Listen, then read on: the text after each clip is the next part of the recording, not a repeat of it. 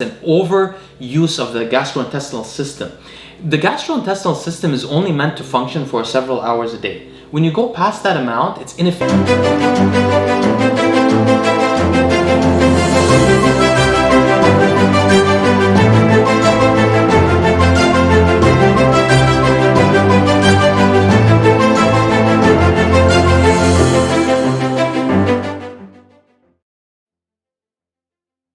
Hello friends, welcome to week 10's Q&As, joined by my lovely wife Lucie. Hi guys. Lucie will continue asking me some of your questions from last week. So the next one is by GCLN Fade. He said, hello from Europe.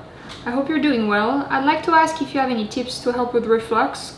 Currently I take 40 milligrams of omeprazole every morning as prescribed by my doctor.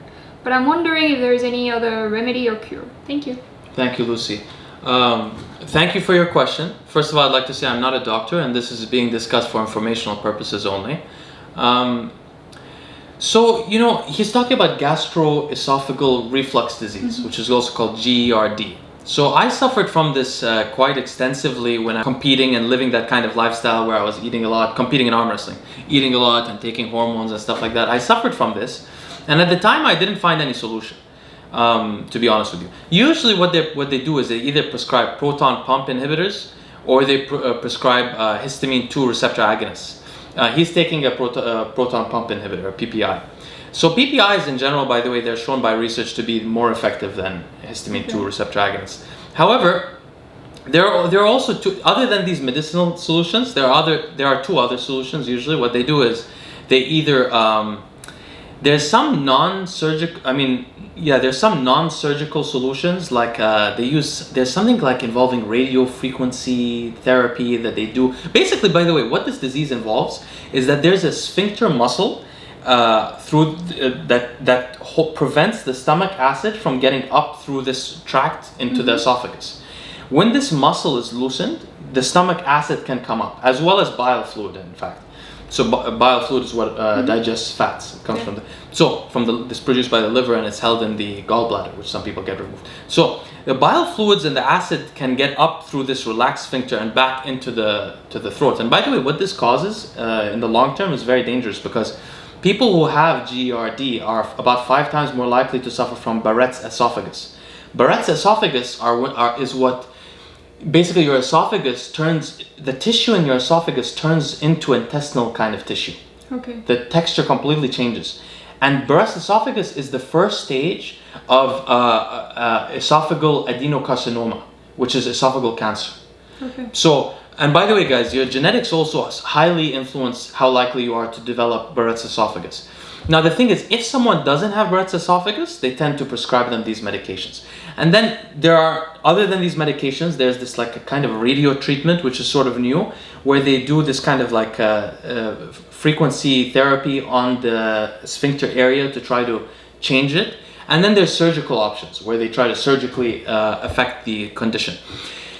Now, with all this said, I personally didn't solve my own situation at the time, but of course my whole lifestyle changed and the acid reflux completely left me. Now, with that said, since then I've realized that there's a theory that circadian eating with a time restricted eating, like cutting down the number of hours you eat during the day, may significantly limit acid reflux. It seems to be a lot of people that have tried time restricted eating, which is championed by Sachin Panda, basically the godfather of circadian research. He's the top guy. A lot of people who have tried this have inhibited their acid reflux, the GERD, gastroesophageal reflux disease. Also, another thing about that is also, if you're eating later in the evening, you have much more likelihood to have acid reflux, because your stomach is more acidic in the evening than in the daytime. Interesting. Of course, it's much more acidic when you eat than when you don't eat, but it's also more acidic at the nighttime. So if you eat at night, you get the most acid and buildup in the area. So what I would try to do if I was you is to try time restrict your eating. And I remember, I think I asked him if he eats a lot. He eats throughout the day, if I remember correctly. So this is obviously like a point that he can try. So what you can do is try to restrict your eating to like as much as you can. I mean, we were doing for a very long time, 3 hours a day. It's very doable. But if you want to be extreme, you could start with something like that, 3 hours a day or 4 hours a day. Earlier in the day. And eat earlier, exactly. But you know, if you don't want to be that extreme, I bet you that if you eat within an 8-hour window in the earlier part of the day, you may see this dissipate. In fact, you may see it completely go away. So that's what I would say. I mean, there's a lot of like research into like different kinds of diets that affect this, eating fats, drinking coffee, but none of it is.